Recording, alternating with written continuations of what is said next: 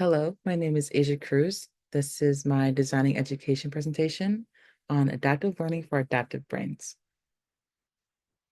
To tackle our wicked problem, ADHD presents differently in each student, making standard accommodations more ineffective. Many students who are low income, girls, or members of marginalized groups go undiagnosed or misdiagnosed.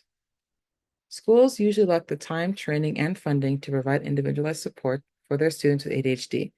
So, how can schools equitably support the students with ADHD in a system designed for neurotypical learners? This brings us to our what if question. What if AI was used in classrooms to support students better, especially those with neurodivergent conditions such as ADHD? Here, I would like to introduce AskAtlas. AskAtlas is an AI companion attached to school websites such as Canvas, Google Classroom, and Schoology.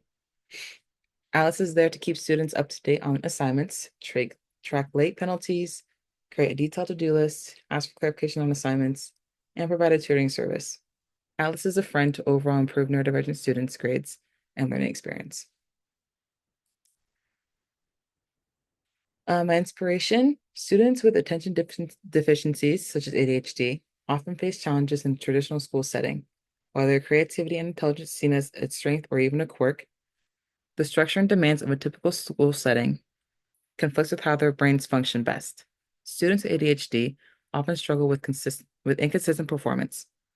They struggle to remember deadlines, leave out certain materials they need for an assignment, and this oftentimes frustrates teachers and students. School for someone with ADHD is like running a race with your legs tied together. It's an experience that is overlooked and exceedingly hard to keep up with. So, how do we tie this to our philosophers?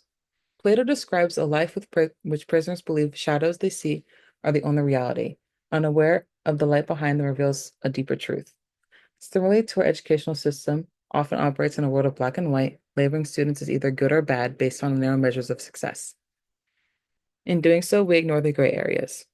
Many students face real barriers, jobs, personal challenges, or teaching methods that don't match their learning styles. Some also live with learning disabilities that impact their academic performance. Yet, this overly simplistic system, it's easy to dismiss them as poor students, an assumption that is not only unfair, but untrue. As Plato suggests, moving from ignorance to understanding is not easy. It's a painful and transformative process. But it's necessary if you want a more equitable and truthful view of education. In Freud's Creative Writers and Daydreaming, he outlines the idea that everyone has desires of how the world may work. Creative things are the way to show these daydreams in the world. This is a direct correlation to this assignment. I have thought about a world in which students who learn differently are not judged for it. Now I get to write creatively about it and share my dream with others.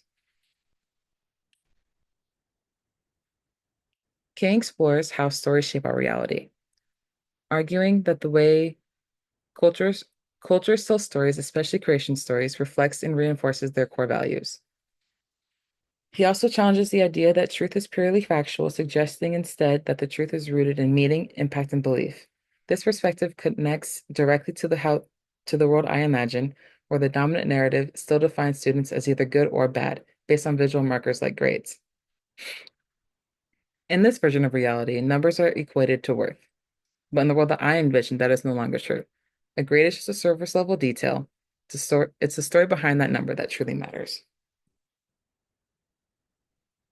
Barthes believes that everyday objects have a mythological deeper meaning through culture, history, values, and overall connotations. The classroom, for example, is a simple object.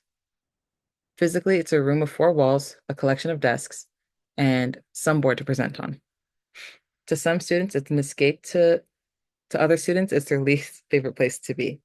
In my imagined world, a collection, a classroom works in favor of all students, adapts changes to give each student what they need for success, instead of making students conform to their idea of success. So for the development of AskAtlas, AskAtlas was one of many ideas to help neurodivergent students with their schoolwork. There were gamified curriculum paths where lessons were structured like quests or challenges where students can earn points or badges for progress, creativity, and collaborations, not just completion. but this would force all teachers to switch their curriculum and ways of teaching.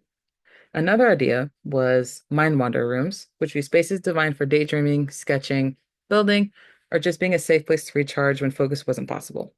However, this could be something that could be abused and inevitably ineffective. I wanted something more practical and more stimulating for a student. So why Atlas? The idea to get rid of deadlines, but I thought it wouldn't go well for these students. I wanted something to assist students with disabilities to show they are capable of learning just like any other student. They are not bad students. It's the system that doesn't help them, but AskAtlas is that system. For a reflection, students struggling every day will be able to get the extra help that they need for their studies.